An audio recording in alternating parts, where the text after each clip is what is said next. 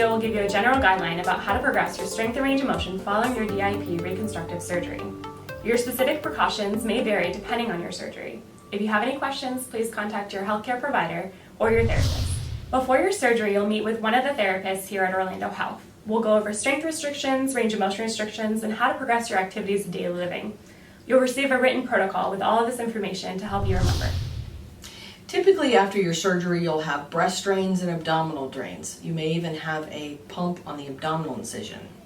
You'll be limited in the first 2 weeks with your range of motion to 90 degrees forward and 45 degrees to the side. This will still allow you to do your daily activities such as washing your face or taking care of your hair. You will also be limited to not reaching behind you for 2 to 3 weeks after your surgery. So there are a few things you should know about your hospital stay.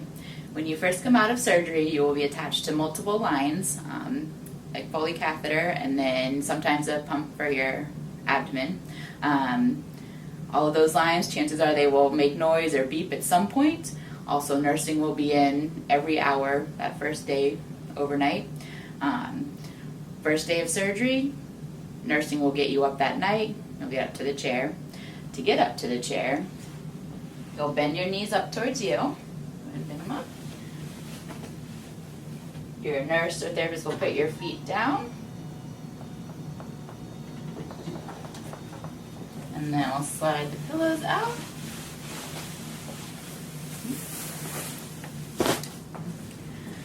Next, with your knees bent, you're going to roll onto your side. Make sure you're not using your arms, so it's all legs. To your side. Then you'll walk your legs over the edge of the bed. And then gently using your elbow, push up to the center. Once you're in the center, chances are you'll be a little bit dizzy or lightheaded. That's normal after surgery from your anesthesia and your pain meds. Sit there for a minute or two. It typically starts to get better or clears. Once you're on the side, to scoot forward, you're going to bring your weight to one hip and scoot the other hip forward. Bring your weight to the other hip forward. So once you're ready to stand up, you'll be on the side, feet on the ground. You'll rock forward 3 times, and on your 3rd time, you'll use your legs to stand. Good. Make sure you keep that bend in your hips. Knees are straight, and you're still looking up. Okay? So then we'll step over to the chair. And you'll turn and back up until both legs touch the back of the chair. Okay? Bring your arms to your lap, and using your legs, have a seat. Good. So same thing, once you're in the chair, you'll use your legs, weight to one hip, scoot the other hip back, weight to the other hip, other leg back. Okay. And then we'll get you reclined, and bend your knees up.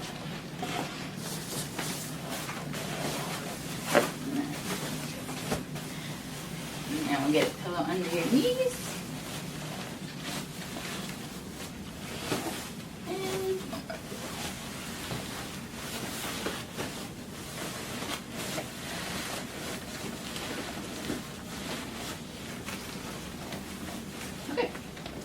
Once you're in the chair, you don't need pillows underneath your arms. You can have them for comfort, but you don't have to have them. So once you're in the chair, if your chair at home has one of those pull levers, make sure you have help to pull it or bring your legs down, because you also can't use your legs to bring it down. You will need help to sit back up. And that's because of your precautions. We don't want you, again, pulling or pushing with that arm. Okay? So when you're ready to get back, you'll bend your knees up, and we'll slide the pillows out from under your legs. And then bring the chair down. Okay. Then you'll use your hips to scoot forward again. Good. And same thing, just like standing from the bed, you're going to rock 3 times.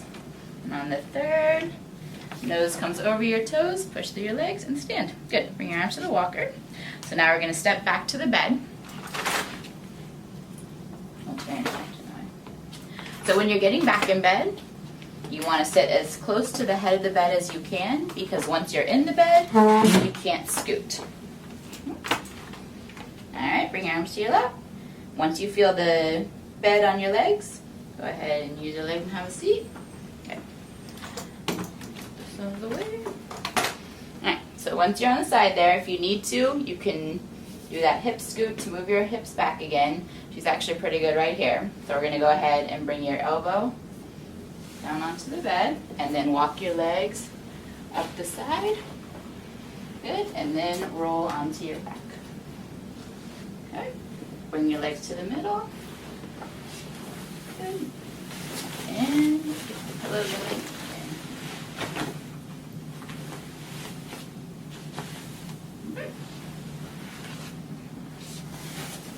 For when you do need to scoot or move forward, remember you cannot use your abs to scoot forward. So you'll have someone help you lean forward. So I'm going to help her. She's not doing any of the work. And then pillow back. Okay. And then we'll lean back. Okay. Same thing. If you do need help scooting up, the nurses and nursing assistants will use a draw sheet underneath you to help you scoot up since you aren't allowed to push yourself up. So a few other things to know about your hospital stay. The first night, the room will be 80 degrees. Like I said, the nurses will be in every hour, so you can have someone stay with you if you want. There is a Murphy bed that they can sleep on, but again, it will be 80 degrees, and nurses will be in every hour. For the first 24 hours, they come in every hour, and then it switches to every 2 hours, and then it will be every 4 hours until you go home. When you are walking, keep that bend in your hips with your hands. You want to make sure you don't have that real tight grip on the walker. You shouldn't be any white knuckles. The walker is just a reminder to stay bent forward. You aren't pushing through it. So when you are discharged, you'll be going home with a rolling walker, a 3-in-1 bedside commode, and a waffle cushion. The waffle cushion you can use on your ride home as well as in whatever chair you're sitting in at home. So that will help prevent skin breakdown and make whatever you're sitting in more comfortable. The 3-in-1 bedside commode has 3 uses. The first use, you could put it by your bed, like at night if you need to, or it can go over your toilet, and so you go to the bathroom, just goes straight into the toilet and you can flush it, but that gives it a little bit of height, so it's easier for you to stand up from without using your arms. And then the other use is if you have a walk-in shower, you can put it in your shower and use it as your chair when you're showering. Now we're going to talk about how to get around your house after your DIEP. You want to make sure in the house that you don't have throw rugs around or you don't have anything on the floor that's going to get in the way of using the rolling walker to be safe.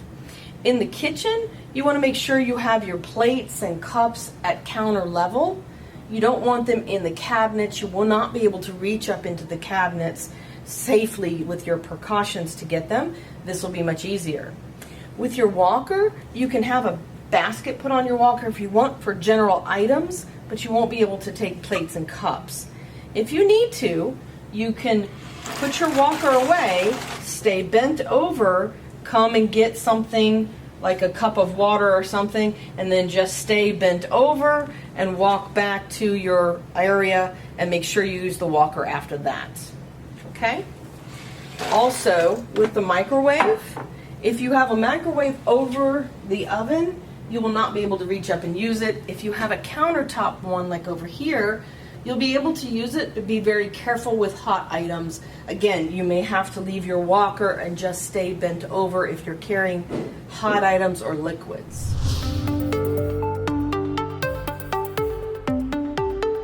So you'll most likely have a Prevena pump attached to your abdominal incision.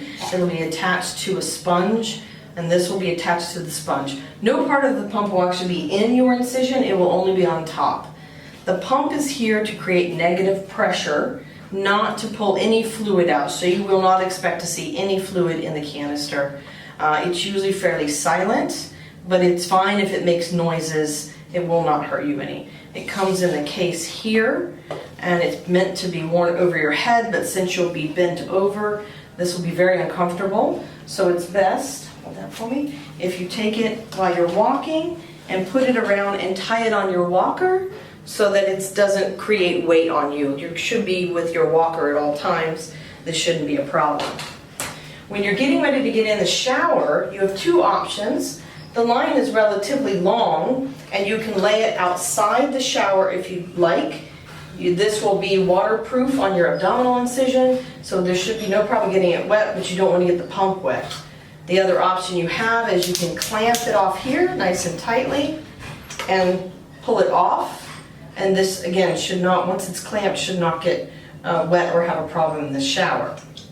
Make sure that you put it back on and make sure that you undo the clamp when you're done with your shower. You'll also have several drains, and so these will be what the drain will look like. They'll need to stay compressed here with the lid on so that they create a suction to pull the fluid out.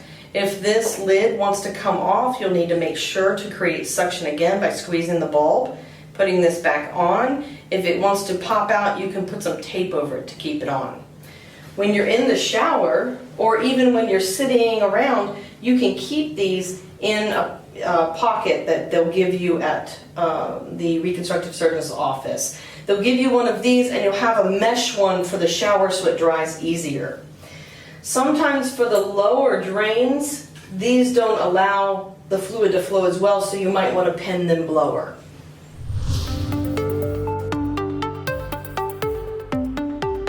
When you're in the shower, you want to make sure you have the 3-in-1 shower chair in there to sit down. It'd be very difficult to stand up the entire time in the shower with your precautions for your abdominal area.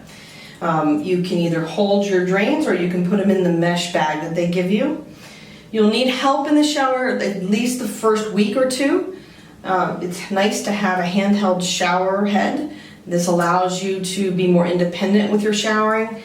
If you want to wash your hair in the shower, you cannot lean back to wash your hair. You'll need to lean forward and let someone help you.